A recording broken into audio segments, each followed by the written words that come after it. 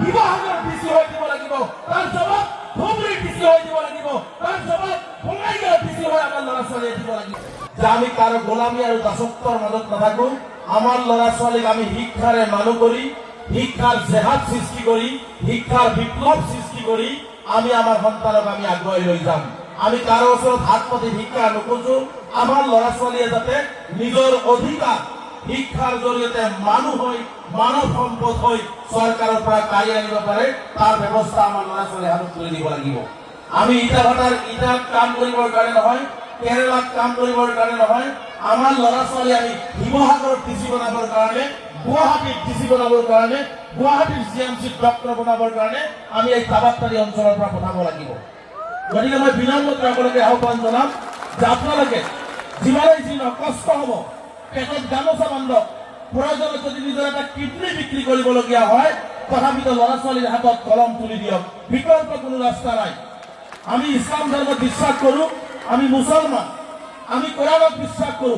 কোৰাণৰ প্ৰথম শব্দতে লিখা আছে ইকৰা, পঢ়া। পঢ়িব লাগিব, মানুহ হ'ব লাগিব, প্ৰয়োজনত আমি চীন দেশলৈ যাব লাগিব। আমি ইছলাম ধৰ্মৰ মানুহ, আমি কোৰাণ বিশ্বাস কৰো, আৰু আমি আমাৰ ল'ৰা ছোৱালীক আমি প্ৰথম শব্দটো আমোল কৰিব নোৱাৰো। আমাৰ ওপৰত গজব নাহি বেলেগৰ ওপৰত গজব আহিব নেকি? আমাৰ ওপৰত গজব নাহি বেলেগৰ ওপৰত গজব আহিব নেকি? আজি আমাৰ এই লাইটৰ পোহৰ জেনেৰেটৰ অফ কৰি দিলে শেষ হৈ যাব, কিন্তু আপোনাৰ অন্তৰত যদি শিক্ষাৰ পোহৰ থাকে, আপুনি পৃথিৱীত নাথাকিলেও এই তাবাত্তাৰী অঞ্চলত আপোনাৰ নাম কিয়ামতৰ দিনাখনলৈকে তাবাত্তাৰী অঞ্চলত থাকি যাব। কাৰণ এটাই, আপোনাৰ ভিতৰত শিক্ষাৰ পোহৰ আছে, শিক্ষাৰ জ্ঞান আছে। গতিকে মই বিনম্ৰতাৰে সকলোকে আহ্বান জনাম, ল'ৰাই হওক ছোৱালীয়ে হওক, পঢ়িবলৈ শিকক।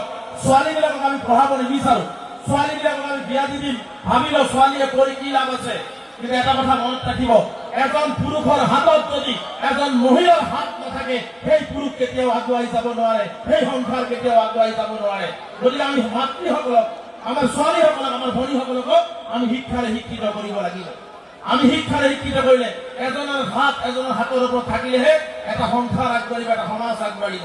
কি ধৰ্মীয় শিক্ষাই হওক, কি জেনেৰেল শিক্ষাই হওক, আমি শিক্ষিত হ'ব লাগিব।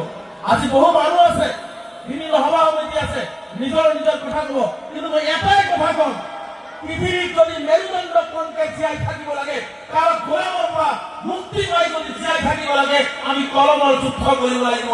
আমি কলমৰ যুদ্ধৰে আমি বিশ্ব জয় কৰিব লাগিব। এই কলমৰ যুদ্ধৰে আমি বিশ্ব জয় কৰিব লাগিব। আপোনালোকে জানে যে হিমন্ত বিশ্ব শৰ্মা ডাঙৰীয়া কি ধৰণে অন্যায়ভাৱে অসমৰ ধৰ্মীয় সংখ্যালঘুসকলক, অসমৰ মিস্ত্ৰী শিক্ষিত জাতিক যি ধৰণে অন্যায় অত্যাচাৰ কৰে, তাৰ জবাব আমি কলমৰ জৰিয়তে দিব লাগিব। তাৰ জবাব শিৱসাগৰ ডিচি হৈ দিব লাগিব, তাৰ জবাব ধুবুৰী ডিচি হৈ দিব লাগিব, তাৰ জবাব বঙাইগাঁও ডিচি হৈ আমাৰ ল'ৰা ছোৱালীয়ে দিব লাগিব। এই সংকল্প আমি প্ৰত্যেকৰ ল'ৰা ছোৱালী ল'ব লাগিব।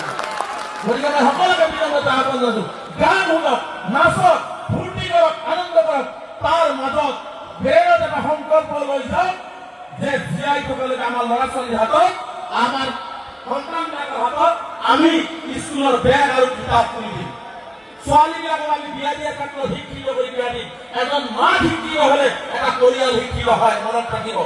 এটা মাক শিক্ষিত হলে এটা পৰিয়াল শিক্ষিত হয়। কিন্তু আমি কি কৰো, আমি মহিলাসকলক শিক্ষিত কৰিবলৈ মেয়া পড়াই কি হব, পড়ার ক্ষেত্রে বিয়া দেওয়া লাগবে, হয় নাই? মেয়া পড়াই বেশি লাভ নাই, বিয়া দেওয়া লাগবে। এটা কথা মনত ৰাখিব, সন্তানক লৰাই যিমান কাম কৰিব পাৰে, ছোৱালীও সিমানে কাম কৰিব পাৰে। ছোৱালীক কেতিয়াও আমি দুৰ্বল বুলি ভাবিব নালাগে। গতিকে মাসকল আছে, আপোনাৰ ছোৱালীক আপোনালোকে কেতিয়াও দুৰ্বল বুলি নাভাবিব, মানসিকভাৱে শক্তিশালী হওক। আমি দুৰ্বল যে আমি পৰাজয় বৰণ কৰিম, আমি পৰীক্ষাত পাছ কৰিব নোৱাৰিম, তেতিয়াহ'লে আপুনি কেতিয়াও সফলতা নাপায়। আপুনি সফলতা তেতিয়াই পাব, পৰাজয় সন্মুখত থাকিলেও জয় আনিবৰ কাৰণে যেতিয়া আপুনি দৌৰিব, ইনশাআল্লাহ এদিনাখন আপুনি জয় নিশ্চিতভাৱে পাব। গতিকে মই শিক্ষাৰ ক্ষেত্ৰত এই কথা কলো যে প্ৰয়োজনত যদি পেটৰ কিডনী বিক্ৰী কৰিবলগীয়া হয়, সন্তানক বিদ্যালয়মুখী কৰক, সন্তানক মানুহ কৰক, ভাল হাফিজ কৰক, ভাল হালিম কৰক। মাদ্ৰাছা পঢ়ালে বোলে মাদ্ৰাছা শিক্ষা শেষ হৈ যাব, পৃথিৱী থকালৈকে কাৰো হিম্মত নাই মাদ্ৰাছা শিক্ষা শেষ কৰিব। গতিকে মাদ্ৰাছা পঢ়ালেও আমি ভাল হাফিজ মৌলানা তৈয়াৰ কৰিব লাগিব, যাতে আমাৰ হাফিজসকলে এক হাতত কোৰাণ লৈ, এক হাতত লেপটপ লৈ যাতে গোটেই বিশ্ব জয় কৰিব পাৰে। আমাৰ হাফিজ মৌলানা কাৰীসকলেও এই ব্যৱস্থা আমি কৰিব লাগিব। দ্বিতীয়টো কথা হৈছে, আপোনালোকে ছোৱালীবিলাকক কম বয়সত জ্ঞান দিব। বাল্য বিবাহ দিলে বাল্য বিবাহ দিলে কি হয় জানে? বহুতে হয়তো ভাবিয়েছে আমার কিছুমান মুসলমান মানুষ ধর্ম কি কয় কয় সাবালক হলে বিয়া দেওয়া লাগে, কয় না?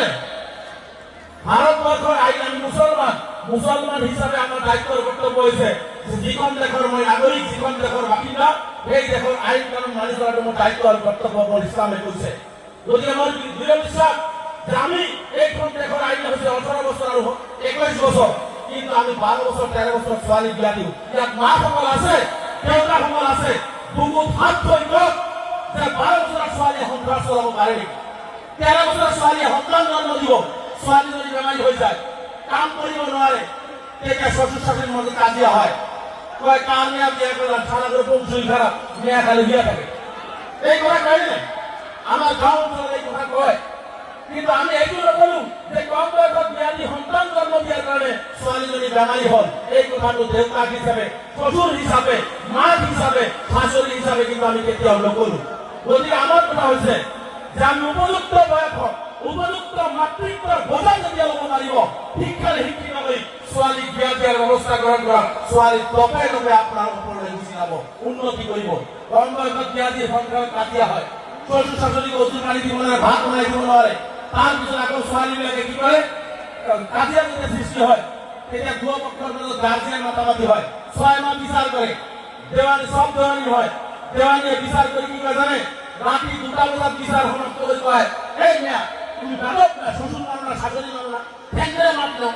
বেমার হয়েছে বেলেগ, বেমার হয়েছে কম বয়সত বিয়া দিয়ার কারণে, আর তার ভোট ধরে আপনাদের বেমার ভালো হবো, বেমারটা কেউ ভাল নহয়, আলটিমেটলি সংসারত কাজিয়া হই লাস্টত দেওয়ানিয়ে কইছে আমি আর পারলাম না, তুমি অবাই তুমি কোর্টে নিয়ে ডিভোর্স করে দাও। এই কম বয়সত বিয়া দিয়ার কারণে 95% সংখ্যালঘু অধ্যক্ষিত অঞ্চলত আমাৰ ভনীসকলে বিবাহ বিচ্ছেদ হবলগীয়া হৈছে। কিন্তু এটা ভাল খবৰ আপোনালোকক দি যাওঁ, মই যেতিয়া আঞ্চল আছিলো সভাপতি হিচাপে আমি সংকল্প লৈছিলো যে 2025 চনৰ ভিতৰত আমি অসমৰ পৰা সংখ্যালঘু অধ্যুষিত অঞ্চলৰ পৰা বাল্য বিবাহ নোহোৱা কৰি দিম। দোয়া ৰাখিব, ইনশাআল্লাহ আমি 95% বাল্য বিবাহ সংখ্যালঘু অধ্যুষিত অঞ্চলৰ পৰা নোহোৱা কৰিছো, আৰু এই 5% 2026 চনত আমি শেষ কৰি পেলাম। গতিকে বাল্য বিবাহ দিলে বহু ক্ষতি হয়, বেমাৰ হয়, মৃত্যু হয়, কবৰস্থানলৈকে লৈ যাবলগীয়া হয়। গতিকে এই কথাবিলাক মনত ৰাখি উপযুক্ত বয়সত উপযুক্ত মাতৃত্বৰ বোজা যেতিয়া ল'ব পাৰিব তেতিয়া বিয়া দিয়াৰ ব্যৱস্থা কৰিব, ছোৱালীয়ে দুজন আপোনালোকে বহু নাম কৰিব। লাষ্ট কথাটো আপোনালোকক কৈ গৈছো, যুৱ বন্ধুসকল ইয়াত আছে, প্ৰত্যেকজন মানুহৰ জীৱন আল্লাহ তাআলাই দিছে, ইমান ধুনীয়া দেহা দিছে, চেহেৰা দিছে। আমি ড্ৰাগছ খাইছো, মদ খাইছো, ভাং খাইছো, ইমান ধুনীয়া চেহেৰাটো আমি শেষ কৰি পেলাইছো। ড্ৰাগছ মদ খোৱা মানুহৰ কেঞ্চাৰ বেমাৰতকৈ ভয়াৱহ বেমাৰ, মনত ৰাখিব। কেঞ্চাৰ বেমাৰ হলে এজন মানুহৰ মৃত্যু হয় বুলি আমি গম পাওঁ, কিন্তু ড্ৰাগছ যদি এজন মানুহে পৰিয়ালত খায়, এটা পৰিয়াল সম্পূৰ্ণভাৱে মৃত্যুৰ মুখলৈ গতি কৰে। গতিকে সৃষ্টিকৰ্তাই এখন ধুনীয়া চেহেৰা দিছে, ধুনীয়া দেহা দিছে, মন দিছে। মই হাত জোৰ কৰি অনুৰোধ কৰিছো যে এই ধুনীয়া চেহেৰা, এই ধুনীয়া কথা বাৰ্তা, এই ধুনীয়া মন এটা দিছে, আপোনালোকে ড্ৰাগছ মদ খাই আপোনালোকৰ জীৱনটো ধ্বংস নকৰিব। আমি আহক তাবাৰবাৰী অঞ্চলৰ পৰাই আমি সংকল্প লওঁ যে সংখ্যালঘু অধ্যুষিত অঞ্চলৰ পৰা ড্ৰাগছ মদ জুৱা আমি নিষিদ্ধ কৰি আমি একেলগে হাতে হাত ধৰি উন্নয়নৰ দিশত নিজক আগবঢ়াই যোৱাৰ লগে আমি কাম কৰি যাওঁ। গতিকে মই সকলোকে আহ্বান জনাইছো, ড্ৰাগছ মদ জুৱা এইবোৰ বন্ধ কৰক, বাল্য বিবাহ বন্ধ কৰক, শিক্ষাৰ ওপৰত গুৰুত্ব দিয়ক। ইনশাআল্লাহ আমাক কোনেও আঙুলি তুলি কথা ক'ব নোৱাৰে। কোনোবাই আঙুলি তুলিলে আমাৰ ল'ৰা ছোৱালীয়ে সেই আঙুলি বেকাৰ কৰি দি নিজৰ অধিকাৰ কাঢ়ি আনিবলৈ সক্ষম হ'ব। গতিকে মই বেছি সময় নলওঁ, এইখিনি কথা ক'লো, আৰু উদ্যোক্তাসকলক মই আন্তৰিকভাৱে ধন্যবাদ জনাইছো এইখিনি সুবিধা মোক দিয়াৰ কাৰণে। অহা দিনবিলাকত আপোনালোকক এনেকুৱা মহান অনুষ্ঠানত লগ পাম বুলি প্ৰতিশ্ৰুতি ৰাখি মোৰ বক্তব্য যদি কোনো ভুল ত্ৰুটি হৈছে, যিকোনো খবৰৰ বাবে যোগাযোগ কৰক আমাৰ এই নম্বৰত 9181 307 221।